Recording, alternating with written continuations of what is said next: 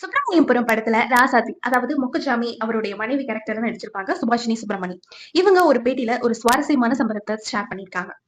இயக்குனர் சசிகுமார பத்தி ஆரம்பத்துல வேற மாதிரி நினைச்சதாலும் படத்துல அந்த குறிப்பிட்ட சீன்ஸ்ல நாட்டாமையா ரொமான்டிக்கா பாக்குற சீன்ஸ்ல நடிக்க தயங்கி எனக்கு ரொம்ப சொந்தக்காரங்க மத்தியில அசிங்கமா போயிடுச்சுன்னு சொல்லி செத்த விட்டு கிளம்பி பார்த்ததும் உண்மைதான். அப்புறம் அவங்களோட மகனும் உடன் நடிச்சவங்களும் எடுத்து சொல்லி சசிகுமார் அவர்களிடம் சாரி கேட்டு நடிச்சு கொடுத்திருக்காங்க. சோ இந்த வந்து ஒரு மிகப்பெரிய திருப்பு முனையா அமைஞ்சிருக்கு இந்த விஷயம்.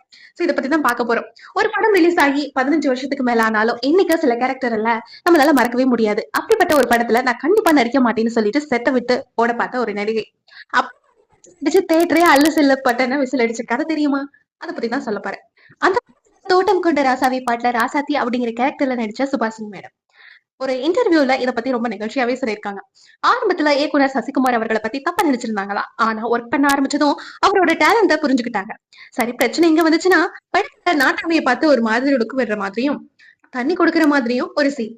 இத பார்த்த உடனே சுபாஷினி மேடம்க்கு பயங்கரமா சங்கடம் ஆயிடுச்சாம்.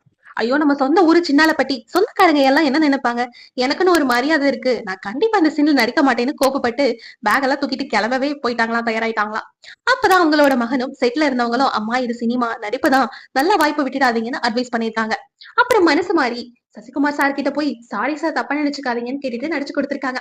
அப்புறம் என்ன நடந்துச்சு தெரியுமா? படம் ரிலீஸ் ஆகி தியேட்டர்ல முதல் நாள் ஃபர்ஸ்ட் ஷோ அவங்க போய் உட்காந்தப்ப அவங்க வந்த சீனுக்கு தியேட்டரே விசில் மலையில பறந்திருக்கு. அன்னைக்கு அந்த தயக்கத்தை தாண்டி அவங்க நடிச்சதுதான் அவங்களோட கலை பயணத்துக்கே மிகப்பெரிய திருப்பு முனையா அமைஞ்சிருக்கு. இந்த ராசாதி கேரக்டர் உங்களுக்கு ஞாபகம் இருக்கா? கமெண்ட் பண்ணுங்க. தேங்க்யூ.